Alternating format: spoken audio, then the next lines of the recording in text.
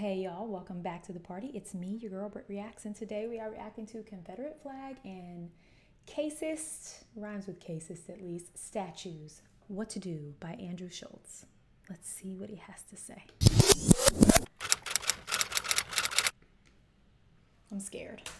I'm scared. I'm scared. Confederate flags and statues need to be taken down, and it's not because they're racist. This week, in things that should have happened in 1865, NASCAR officially banned the Confederate flag from all races, specifically the white one. Bubba Wallace, NASCAR's own... Wait, he's talking so fast, it's taking me a minute to catch up. One, what is this show where he seemed... Okay, let me just keep going. I'm only 8 seconds in. Let me keep going. Officially banned the Confederate flag from all races, specifically the white one. Bubba Wallace, NASCAR's only black driver and the first one to get pulled over during a race, said the flag doesn't belong here. He's right. It belongs on Candace Owens' lace front. Some people didn't take well to this news. The worst NASCAR driver of all time, Ray Ciccarelli, also known as the David Duca Hazard, officially retired, or shall we say surrendered, after the flag banning. In his statement... Okay. First of all, what is this? What is this like news segment from him? Second of all, did they ban the Confederate flag from NASCAR? Did Bubba get pulled over during a race? Is that a thing? And why did we have to bring Candace Owens and a potential lace front wig into this? Like, why? Andrew, why? This is, okay, so I guess it really did happen. I could care less about the Confederate flag, but there are people that do, and it doesn't make them racist at all.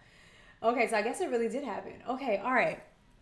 I didn't know that I needed a current events news show from Schultz, and I'm still not sure that I do.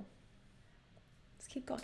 As the David Duca Hazard officially retired, or shall we say surrendered, after the flag banning. In his statement, which looks like it was typed by Michael J. Fox, he complained that removing the flag catered to one group. Yeah, Americans. And if you don't like that, Ray, you can go back to your country. Oh, that's right. You don't have one anymore because we scorpions snatched your slave-loving asses back 150 years ago. Nothing about Ray's behavior surprises me. I get why he's bald, to avoid the hat hair. And I get why he likes Confederates, because they both love losing. I mean, they like losing so much, they do reenactments of the losing. But here... Why is he going in like this? Why is he going in? Andrew. I can't get over how fast he's going. It's so witty. Here's a question. Why the fuck is the Confederate flag still around at all? The Confederacy is obviously hateful. The guy who made the flag even said so himself, but what was that, a quote? What did the quote still around at all? The Confederacy is obviously hateful. The guy who made the... As a national emblem, it is of the superior race. Okay. Flag even said so himself, but the hate isn't the reason it should come down. All the Confederate statues should come down because they're traitors. They tried to divide and conquer our country. Fuck them. Why are we honoring treason? It's a way to look at it, huh? It's like, take race out of it. They were trying to stop forward movement in the States and wanted nothing to do with us. And therefore, weren't they trying to, and I'm asking this because I am not a historian in any way, shape, or form, but they were like trying to like be their own country at one point, right? Like the Confederate States, right? I get Andrew's point. Traitors. They tried to divide and conquer our country. Fuck them. Why are we honoring treason? These guys lost the war. Nathan Bedford Forrest, Confederate general and first Grand Wizard of the KKK, probably a coincidence, has stuff named after him everywhere. Forrest high schools, Forrest streets, Forrest statues. That's why black people don't go camping. Forests haven't been welcoming to them. That is not why black people don't go camping.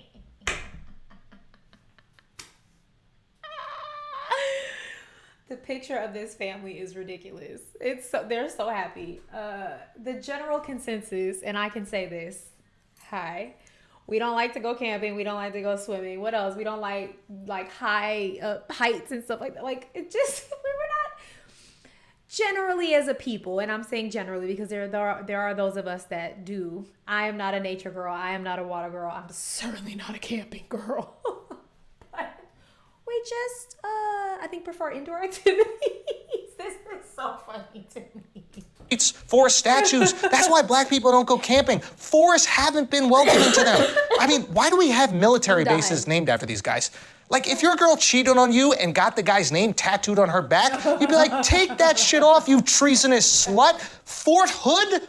That's too far, man. I always thought y'all were the ones who were like, we're too easy on kids, no more participation trophies. What the fuck do you think these statues are? They're not for winning, especially this statue of Forrest. It looks like the Burger King. But this is where people get confused. Because these well-intentioned kids are like, we're taking down these hateful and racist statues. We should take down all hateful and racist statues. And I understand the sentiment, but we're not removing the statues because they're hateful and racist. Because if that was the case, we'd have to remove like every statue in America. I go so far to say that most monuments in the world honor someone who probably had some hateful tendencies.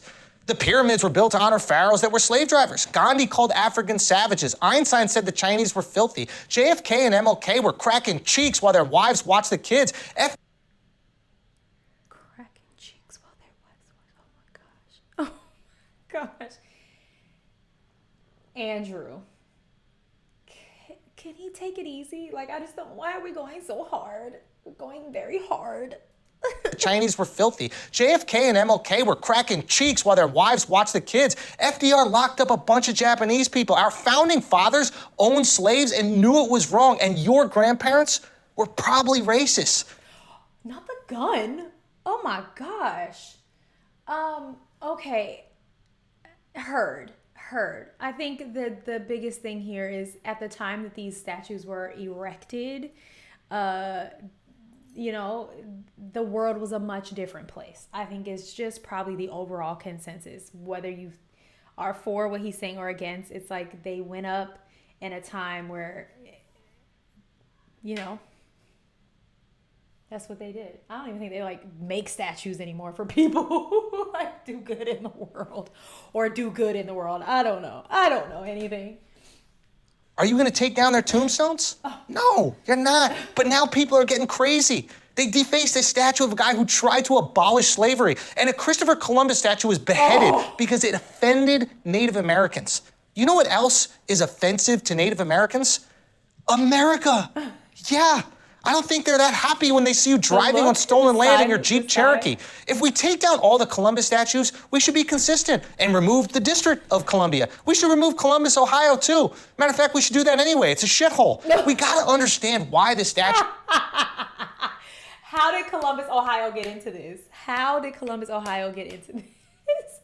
Why does Ohio get such a bad rap? I've been to Ohio before. I've been to Cleveland and Cincinnati. Why does Ohio get such a bad rap? I'm sorry to you if you live in Ohio. Why did we drag Columbus, Ohio too? Matter of fact, we should do that anyway. It's a shithole. We gotta understand why the statues were built in the first place. The Confederate statues are celebrating crimes against America. They're honoring traitors who attempted to split the nation to protect their ownership of slaves, killing 1 million Americans in the process. The other people I mentioned are in no way perfect. They're incredibly flawed, but their statues were not erected to celebrate their flaws, but rather to honor their contributions to society. That's a fair argument. And again, I'm not a historian, so if it's true, I think that's a fair argument. I guess intention is really what he's getting down to here. Is like the intention behind the monument itself. All right. Contributions we still admire to this day. That's why we got to keep that monument of George Washington's peace. It's easy to judge people in the past by our current moral standard. But if the standard is too high, no statue will ever exist. We're all hypocrites across the board. We want to take down the statues of people for their fucked up behavior, but yet we continue to support Nike and Apple. We all know sweatshops and slavery are wrong, but yet we're still wearing Jordans and maybe even watching this video on an iPhone made with cobalt mined by slaves. We like to condemn the evil system, but... My iPhone is made from cobalt? Andrew Schultz, you're teaching me I'm learning so much from you today. I was not expecting this. What is this? Is this like a real segment on something? On an iPhone made with cobalt mined by slaves. We like to condemn the evil system, but simultaneously reap the benefits. Just like the founding fathers. We're no better. Your iPhone should cost $10,000, but it doesn't because of exploitation. People are dying so you can watch porn on the toilet. We judge the people of the past, and the people in the future will judge us. Time turns everyone into a bigot, and you know what? That's good. That means society is getting better. Hopefully your grandkids look back on you and think, wow, My pappy allowed migrant workers to toil in the fields for little to no money and use a cell phone with slave COBOL and thought a gay tiger keeper drug lord was worth binge watching? What the fuck? Why is Joe Tiger in this? Isn't it Joe Tiger? What was it? Tiger Joe? Joe? What? Joe, why are you here? Why? Andrew, why? Why? Slave COBOL and thought a gay tiger keeper drug lord was worth binge watching? What the fuck was wrong with him? So what do? We could consider the reasons the statues were erected in the first place and recognize that the statues don't embody every action these people have ever done, but rather are symbolic of the positive contributions they made. We could stop teaching that historical figures are gods and recognize that these people were incredibly flawed, and we could judge them within the morality of their time. We could offer the same empathy to the people of the past as... This feels like an MTV Real World confessional booth moment.